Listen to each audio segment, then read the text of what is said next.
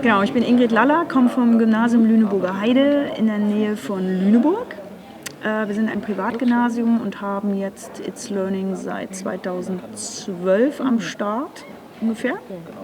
Und haben das deswegen favorisiert, weil wir halt mit Tablets in den Klassen ab Klasse 7 arbeiten, mit Whiteboards, und dann brauchten wir ein Bindeglied, haben wir uns überlegt, dass wir so ein 3-Gebinde fahren mit Tablets, Whiteboards und einer Plattform, die das alles verbindet. Das war so die Ursprungsidee. Seitdem arbeiten wir mit It's Learning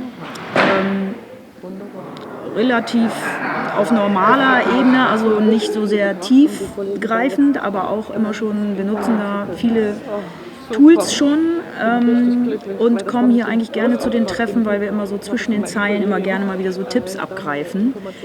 Das geht zumindest mir so, dass ich davon am meisten ziehe, in einem Workshop zu sein oder in irgendwelchen Gesprächen, und dann bekommt man eben Tipps dazu. Das ist eigentlich das, warum ich hier bin. Und